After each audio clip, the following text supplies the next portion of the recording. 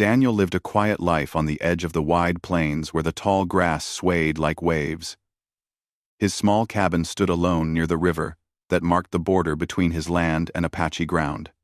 People who traveled through the area often said he was a man who spoke little but helped much. When someone's wagon wheel broke, he fixed it. When a tired traveler needed water, he shared his own. When a lost horse wandered into his field, he returned it without asking for anything. That was simply how he lived, honest, peaceful, and calm. That afternoon the sun was warm, and Daniel was returning from checking his fence line.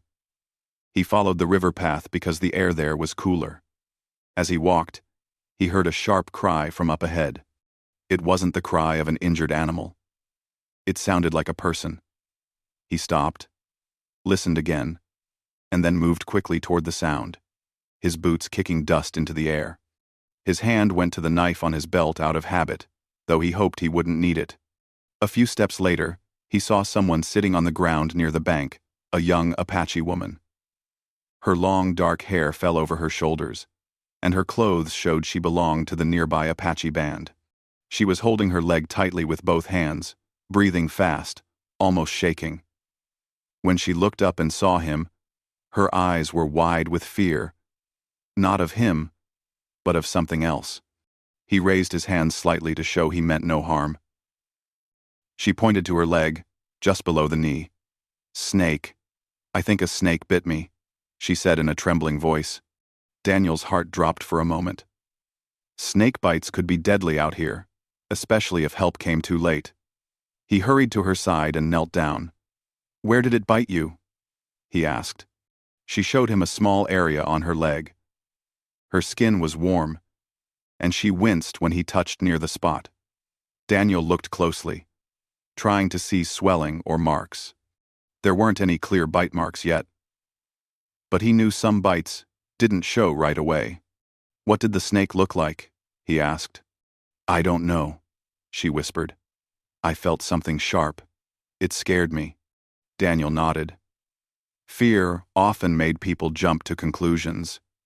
Still, he couldn't take chances.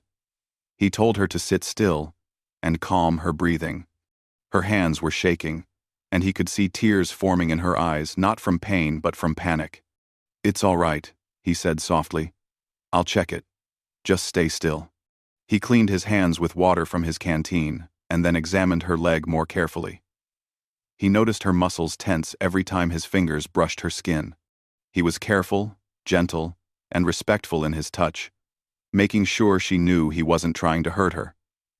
She watched him closely, her breathing slowly settling. His calmness seemed to reach her. He inspected the area again. There wasn't swelling, and the skin looked normal, though a little red from her rubbing it so hard. He moved his hand slightly higher, checking for heat or changes. She kept her eyes fixed on him, as if the world had gone quiet, except for the two of them. "What's your name?" he asked, wanting to distract her from fear.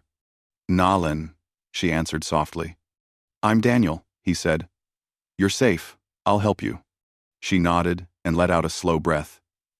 Her shoulders relaxed a little.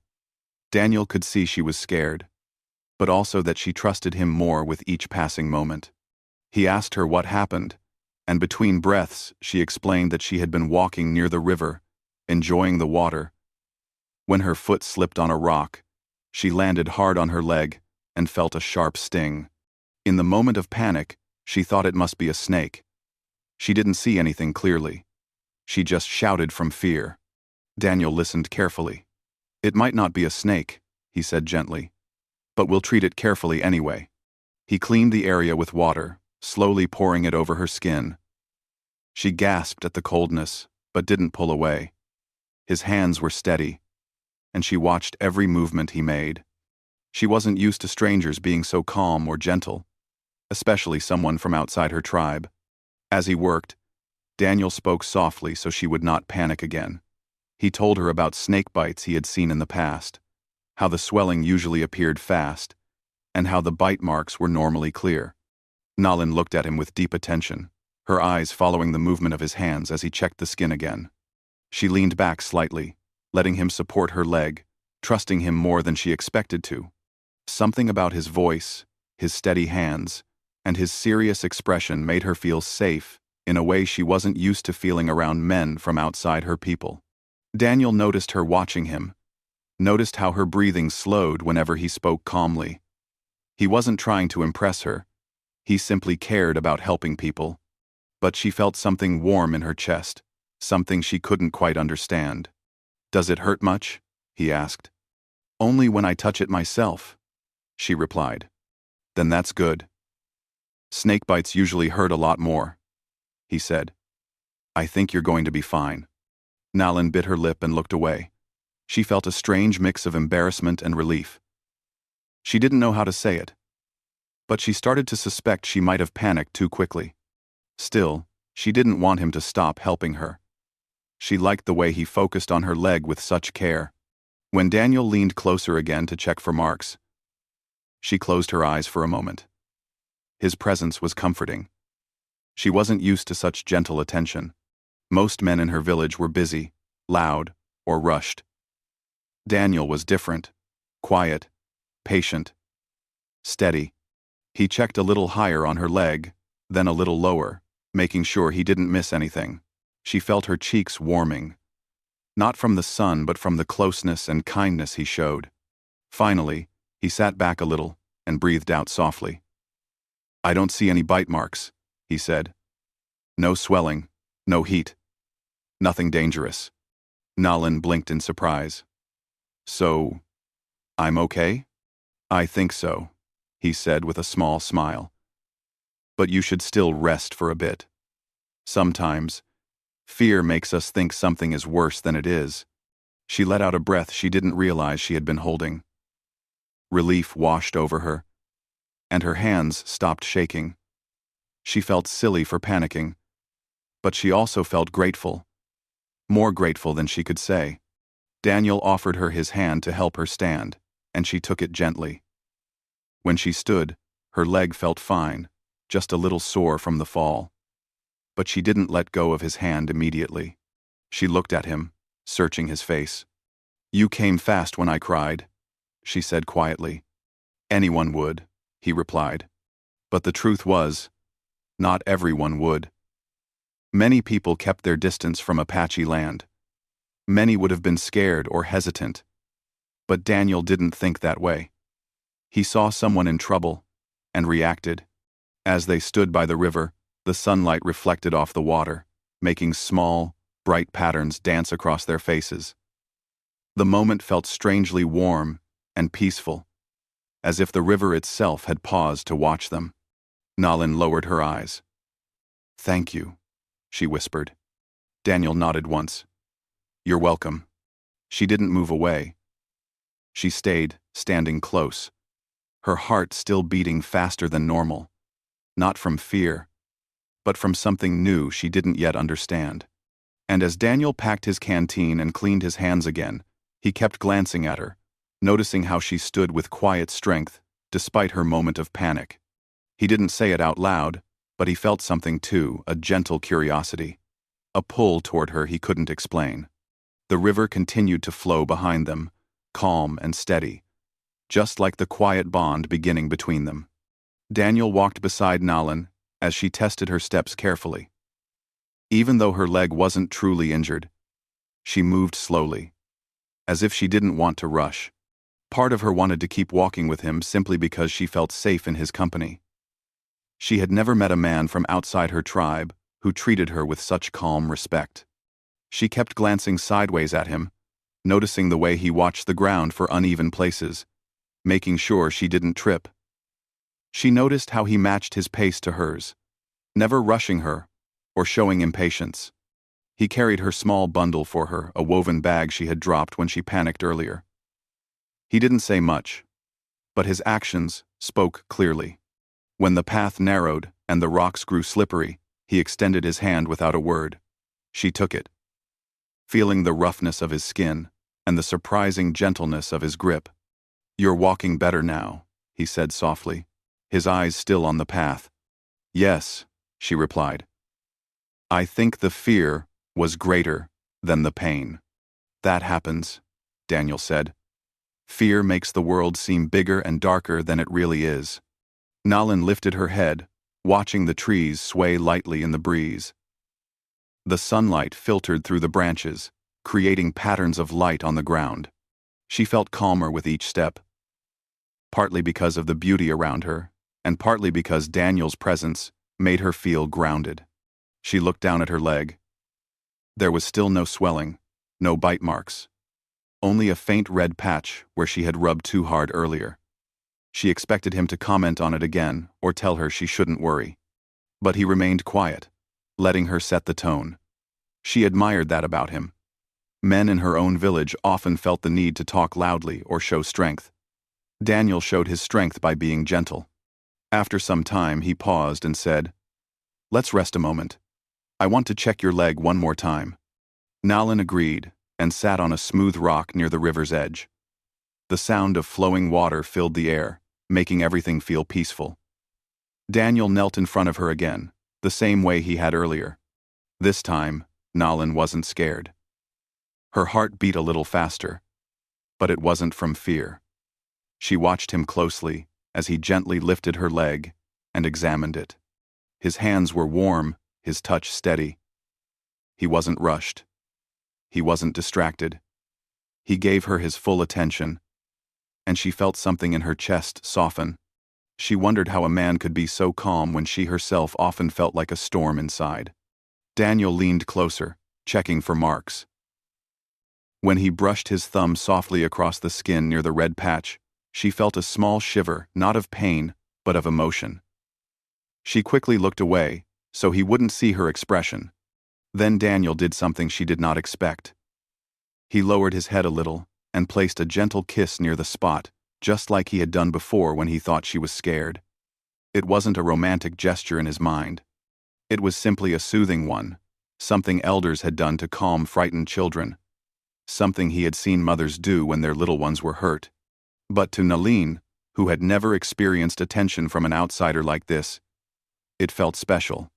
Her breath caught in her throat. She didn't pull away. Instead, she felt her cheeks warm, as if the sun had settled beneath her skin. She watched him through half-lowered eyes, wondering if he knew how it made her feel. When he lifted his head again, he said, "No reaction. No swelling. That means you're safe." Nalin whispered, "I know." Daniel looked a little confused by the softness in her voice but didn't question it. He helped her lower her legs slowly, making sure she felt stable. "I'm sorry," Nalin said suddenly, her voice small. "For what?" Daniel asked. "For troubling you. For making you think I was bitten." "You weren't troubling me," Daniel replied gently. "Fear doesn't ask for permission. When someone calls for help, you answer. That's all." Nalin looked at him for a long moment.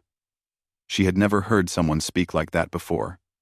In her village, showing fear was often seen as weakness. People didn't always help quickly. Sometimes they judged first. Daniel didn't.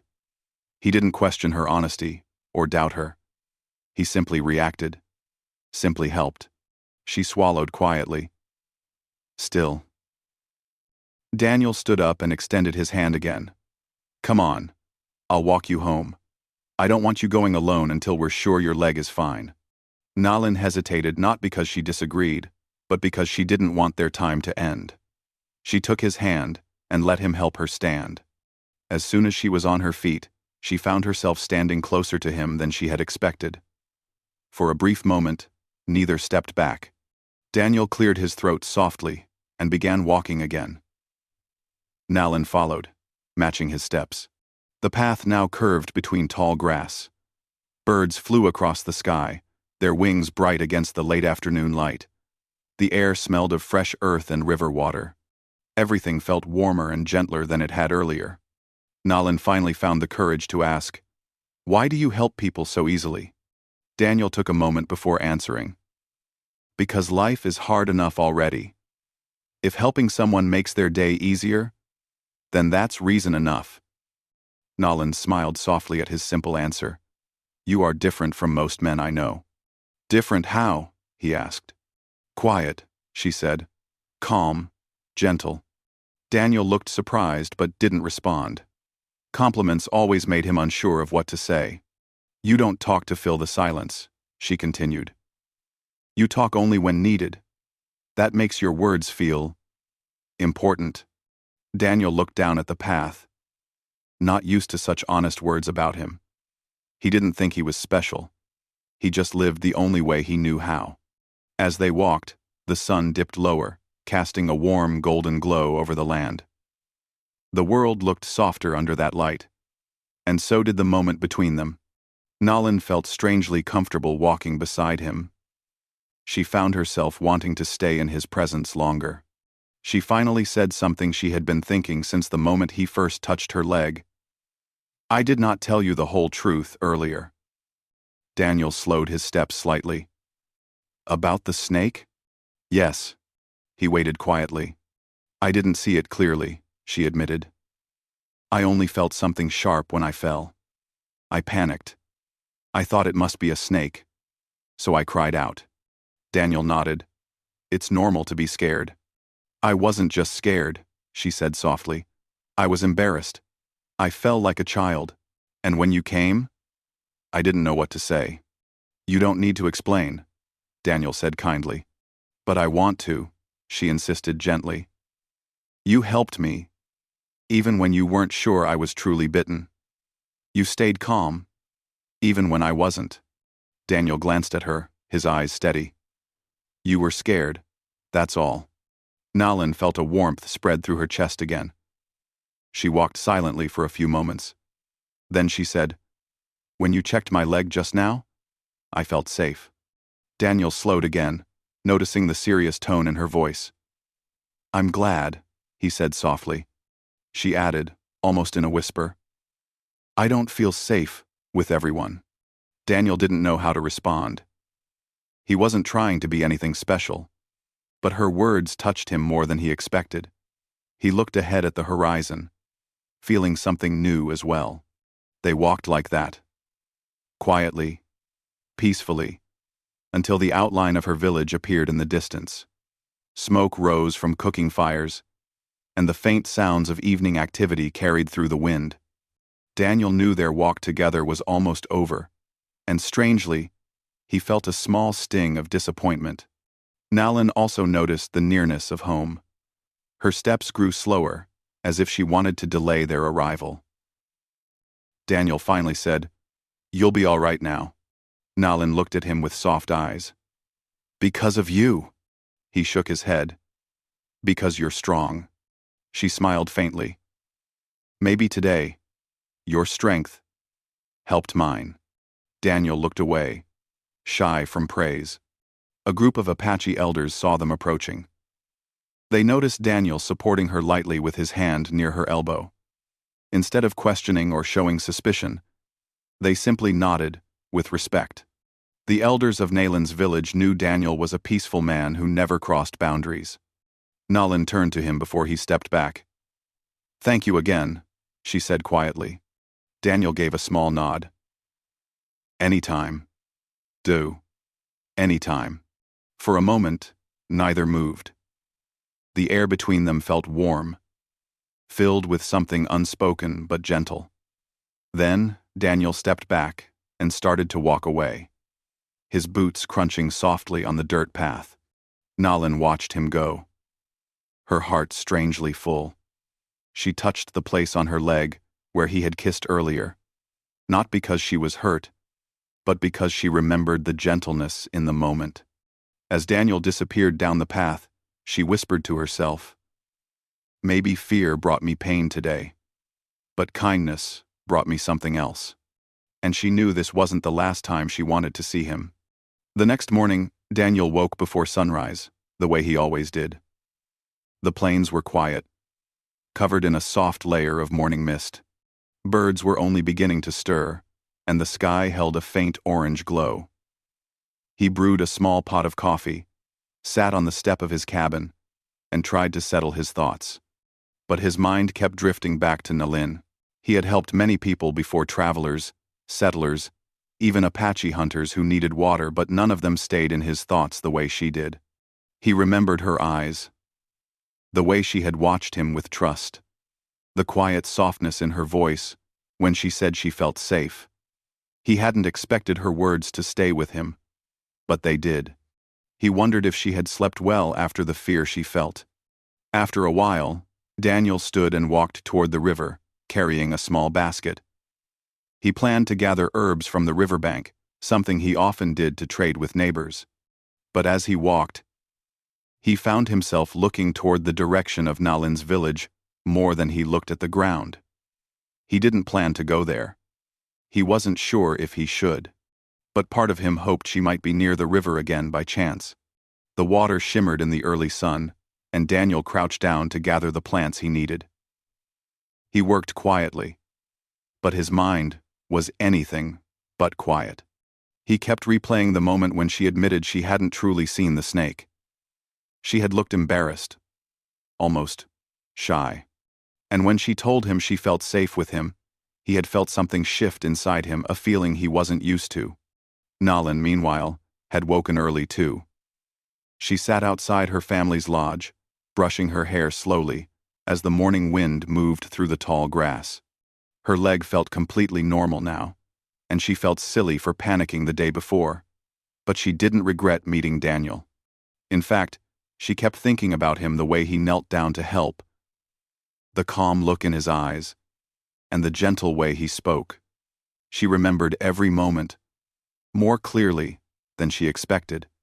Her younger cousin approached her. "You came home with that cowboy," he said with curiosity in his voice. "Why was he helping you?" And Nalin felt heat rise in her cheeks. "I tripped near the river," she said. "He thought maybe a snake had bitten me." "Nalin." The boy nodded, satisfied with the answer. He didn't notice the way her voice softened when she spoke Daniel's name inside her mind. After finishing her morning chores, Nalin found herself standing near the path that led to the river. She didn't tell anyone where she was going. She carried a small basket and pretended she was simply going to gather berries. But in truth, her heart was leading her back to the place where she had met Daniel. She didn't expect to see him. She told herself she would just walk by the river for a while. But her feet carried her faster, and her thoughts drifted deeper. When she reached the river, the sun was higher, and the mist had lifted. She looked around, scanning the area. At first, she didn't see him, and a part of her heart felt strangely disappointed. Then she saw movement near the tall grass. Daniel straightened up, holding a bunch of herbs in his hand. She took a small step forward, without meaning to. Daniel turned at the sound of footsteps, and when he saw her, a surprised but gentle smile spread across his face. "Nalin," he said softly, as though saying her name brought him calm. She lifted her hand in a small wave. "I didn't expect to find you here," she said, though the truth was, she had hoped for exactly that. "I come here often in the mornings," Daniel replied. He walked closer, stopping at a respectful distance. "How is your leg?" "It's fine," she said, almost shyly. "Thanks to you." Daniel shook his head lightly. "You healed because you were never bitten." "I just checked."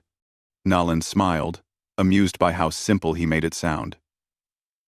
They stood near the river, the sunlight warming their faces. The gentle wind carried the sound of flowing water and rustling leaves. For a moment, neither spoke. But the silence wasn't uncomfortable. It felt peaceful, almost familiar.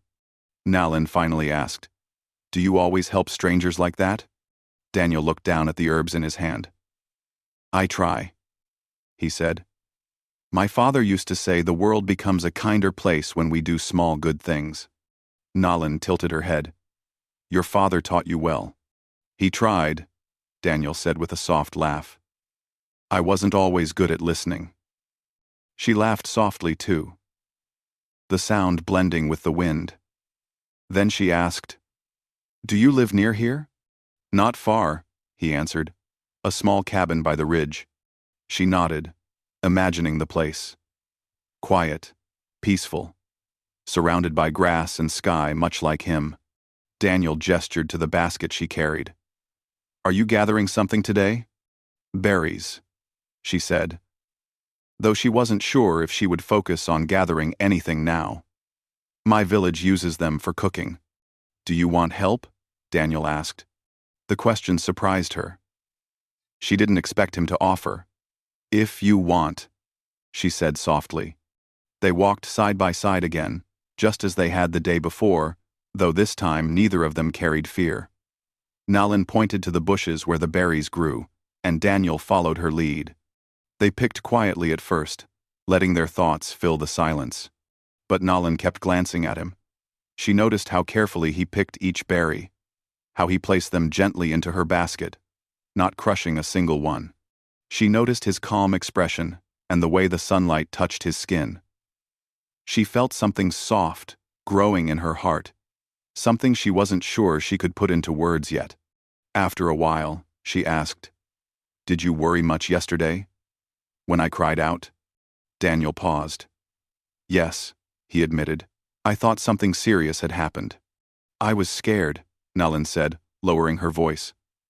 "But when you came, I felt less afraid." Daniel looked at her with thoughtful eyes. "Maybe because no one should face danger alone." "Climb." Nalin shook her head. "It felt different. It wasn't just help. It was the way you helped. Gently, calmly, like you cared, even though you did not know me." Daniel didn't speak right away. He seemed to be choosing his words carefully. "Sometimes you don't need to know someone to care," he finally said. Nalin felt her heart beat a little faster at his words. She didn't know what to say, so she kept picking berries. Her fingers trembled slightly, and she hoped he wouldn't notice. They filled half the basket before Nalin said, "You know, when you checked my leg yesterday, I didn't feel embarrassed." "I'm glad," Daniel said. "I felt safe," she continued. "I kept thinking about that afterward." Daniel looked down, not because he was embarrassed, but because her honesty touched him deeper than he expected. He didn't realize how much his simple actions had meant to her. He didn't think he had done anything special. "I was just trying to help," he said quietly.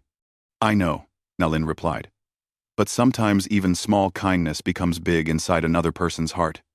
Daniel's chest tightened slightly. He didn't know how to respond, so he simply nodded. But inside, he felt something warm, a gentle feeling he hadn't felt in a long time.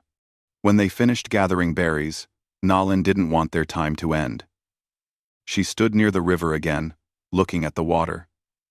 "Would you walk with me a little more?" she asked softly. Daniel agreed without hesitation. They walked along the riverbank, sharing small details about their lives, her village traditions, his quiet routines, the way both of them liked the sound of the river. The more they spoke, the more natural it felt. They weren't just strangers anymore. Something gentle and unspoken was beginning to form between them. At one point, Nalin said, "Yesterday, I was afraid of a snake. Today, I am afraid of something else." Daniel stopped. "What is it?" Nalin looked at him with honest eyes. "I am afraid that I will think too much about you." Daniel felt a surprising softness spread through him. He had no answer ready.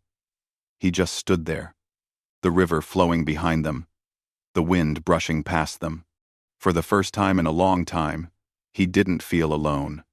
He finally said, "Maybe we can think about each other together." Nalin looked down, hiding a shy smile. "Maybe," she whispered. Their steps slowed as the path curved toward her village again. The day was brighter now, but neither wanted to part yet. They stood for a moment near the edge of the tall grass, both silent but both feeling something new. Daniel gently handed her the basket of berries. "These will help your family," he said, "and your company helped me." Nalan replied softly. They looked at each other one last time before she walked toward her village. Daniel stayed where he was, watching her go, feeling that the world around him had changed in a small but powerful way. As Nalan walked away, she touched her leg not because it hurt, but because it reminded her of the moment their lives first crossed. And with every step she took, she felt more certain that she didn't want this to be the last time she saw him. Nalan woke early the next day with an unusual excitement in her chest. She finished her chores quickly, moving with more energy than usual. Her sisters noticed the change, but didn't question it. They simply exchanged small smiles, sensing something warm had entered her life. Nalan carried her basket again, pretending she needed more berries. Though her true reason was simple, she hoped Daniel might be by the river, the way he had been yesterday. Daniel, on the other hand, found himself restless that morning. He tried to work on fixing a broken fence post near his cabin, but his mind kept drifting. Every swing of the hammer reminded him of Nalan's quiet voice or the way she looked at him with trust. After a while, he stopped working altogether, stood by the riverbank, and let the cool wind calm his thoughts. He told himself he wasn't expecting to see her. He told himself he wasn't waiting. But his eyes kept glancing toward the path she had walked the day before. He didn't have to wait long. Nalan appeared between the tall grass, her dress moving lightly with the breeze. She spotted him immediately, and a soft smile spread across her face. Daniel felt something inside himself respond to. She walked toward him with a calm confidence, though her heart fluttered like a bird inside her chest. "You're here again," Daniel said with a warm, quiet voice. "So are you," she replied, matching his gentle tone. Daniel felt his pulse quicken in a way he wasn't used to. "I was gathering herbs," he said, lifting the basket as proof. "And I was gathering berries," she said, lifting her own basket. Both laughed softly, knowing the truth was less about berries or herbs, and more about wanting to see each other again. They began walking along the river, just as they had the day before. The sun was higher now, casting bright light over the land. The sky stretched wide above them, and the air felt full of something new, something hopeful. Even the birds seemed to sing more gently as they walked side by side. Nalan asked Daniel questions about his cabin, about how long he had lived alone, and whether he liked the quiet life. Daniel answered honestly, telling her that he had grown used to silence but never felt truly lonely until he realized how much he enjoyed talking with her. Nalan felt her cheeks warm, but she didn't look away. Instead, she asked more, wanting to know everything about him, his habits, his memories, his hopes. Daniel wasn't used to talking so much, but with Nalan, the words came easily. He told her small stories about his past. Nothing dramatic, but simple things like how his father taught him to hunt, or how he once tried to raise a stubborn mule that kept kicking over buckets. Nalan laughed softly, her laughter mixing with the sound of the river. As the day grew warmer, they sat on a patch of grass under a tree. Daniel set down his basket, and Nalan sat beside him, close enough that their shoulders almost touched. She looked at the river, then at Daniel, and said, "There is something I didn't finish saying yesterday." Daniel turned to her, giving her his full attention. "What is it?" "I said I was afraid I would think too much about you," she said quietly, her voice barely above the sound of the wind. "But I have been thinking about you even more than that." Daniel felt his breath catch.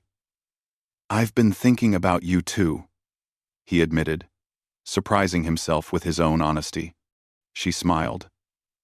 A gentle, shy smile that made Daniel feel as if the space around them had softened. "I don't know why I feel this way," Nalan continued. "I only met you because I panicked." Daniel looked down for a moment, then back at her. "Sometimes the best things happen by accident," he said. Nalan looked into his eyes for a long moment. She didn't speak, but she didn't need to. The quiet connection between them spoke loudly enough. After a while, they stood up again and walked toward the village path. Nalin moved slowly. Not because her leg hurt, because she didn't want the walk to end. Every step she took beside Daniel felt like part of a story she wasn't ready to stop reading. And Daniel, though he kept his calm expression, felt the same. When they reached the tall grass near her village, Nalin stopped and turned to him. "Daniel," she said softly, "I want to tell you something. Something honest." He faced her, ready to listen. "Yesterday, when you kissed the place on my leg to calm me, I felt safe. I did not pretend. I did not lie. It made me feel cared for. I had never felt that way before." Daniel felt heat rise in his chest, a gentle warmth. Not embarrassment, but something deeper.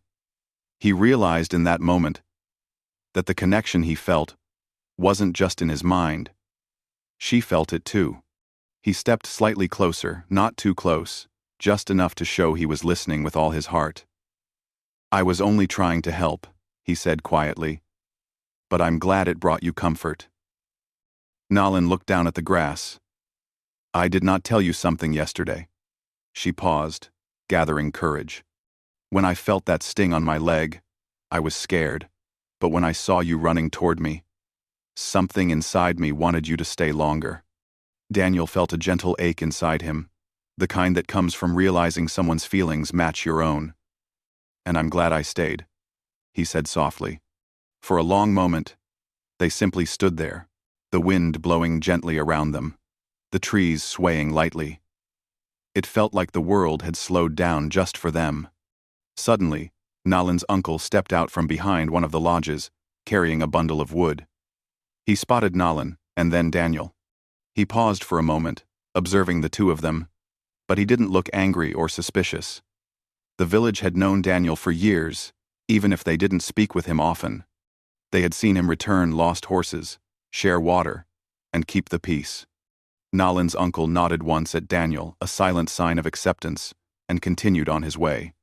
Nalin let out a small breath she had been holding. "They trust you," she said softly. "I'm glad," Daniel replied. "I don't want to cause trouble." "You haven't," she said gently. "If anything, you brought me peace." Daniel felt something shift inside him again, deeper than before. He wasn't sure what to call it, but it was warm, steady, and growing. Nalin looked toward her village, then back at him. Daniel hesitated only because the moment felt so important. Then he nodded. "If you want me to." "I do," Nalin said, her voice soft but firm. "I want to see you again." Daniel smiled a slow, steady smile that reached his eyes. "Then I'll come." Nalin stepped back toward her village, but she kept looking at him until the very last moment before she turned. As she walked away, her heart felt light, almost floating. She touched her leg again, not because of fear, but because that moment had brought Daniel into her life. Daniel watched her until she disappeared behind the tall grass. The afternoon sun warmed his shoulders, but the warmth inside him was stronger. He turned toward his cabin, but he didn't feel alone. He felt connected, as if some invisible string tied his heart to hers. In the days that followed, Daniel visited the river more often. Nalin met him there whenever she could, sometimes with berries, sometimes with stories, sometimes just with her quiet smile. Their bond grew slowly, naturally, like the river that flowed beside them, steady, gentle, and real. What began with a moment of fear turned into something neither expected. Nalin had panicked over a simple sting. Daniel had rushed to help without thinking. And somehow, through all the worry and the misunderstanding, a rare connection had formed. Two people from different worlds, brought together by kindness, trust, and the simple power of being gentle with one another. Every morning after that, Daniel found himself hoping she would appear. And every morning she did, their quiet walks becoming the beginning of a story that would shape both of their lives in ways they never imagined. And Nalin, whenever she looked at the river, remembered the day she thought she was bitten by a snake and how that small moment led her to someone who made her feel truly safe for the first time.